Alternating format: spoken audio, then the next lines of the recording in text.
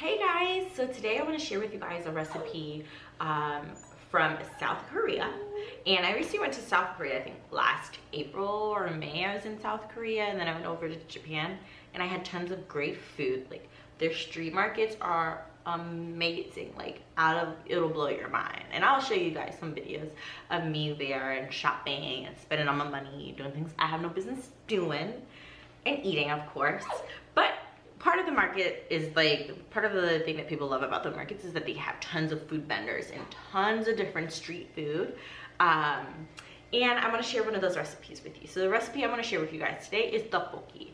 And Ddhuckbokki is basically rice cakes and fish cakes in this really good spicy red sauce. And it's very simple to make. You literally just gather all your ingredients and throw them in a pot and let that cook for 15 minutes. It's basically what you do.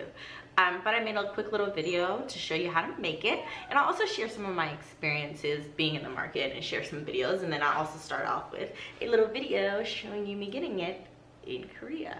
Okay guys, so this is what the market looks like in South Korea. So this is all this fried yummy goodness. And there goes my bowl of Ddhuckbokki. So what you're gonna need is 4 cups of kelp broth, 16 ounces of rice cakes, 1 onion, 6 scallions, 7 ounces of fish cakes, 4 tablespoons of sugar, and 6 tablespoons of pepper paste.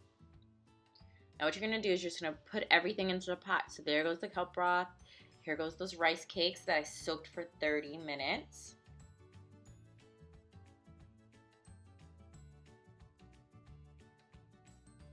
There's fish cakes. We're gonna add the sugar in, and we're gonna add that red pepper paste in, and we're gonna give this a really, really big stir. And I'm dropping the onions. And yeah, I ate that because I love onions. And then here goes our scallions. Just give that a stir and let that come to a boil for about 15 minutes. And taste it. Make sure it's to the spiciness level you like. And there you go.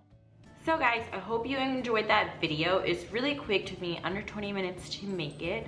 I'm also gonna provide a link to the video for the kelp broth that I used in this. And the kelp broth is found in both Korean and Japanese cooking. There's just variants based on which one you're using. But I'll give you a description of the one that I used in this video. But other than that, I hope you guys enjoyed it. Please like, comment, subscribe. Let me know if you made it. And then let me know if there's any other dishes you would like me to try. Until next time.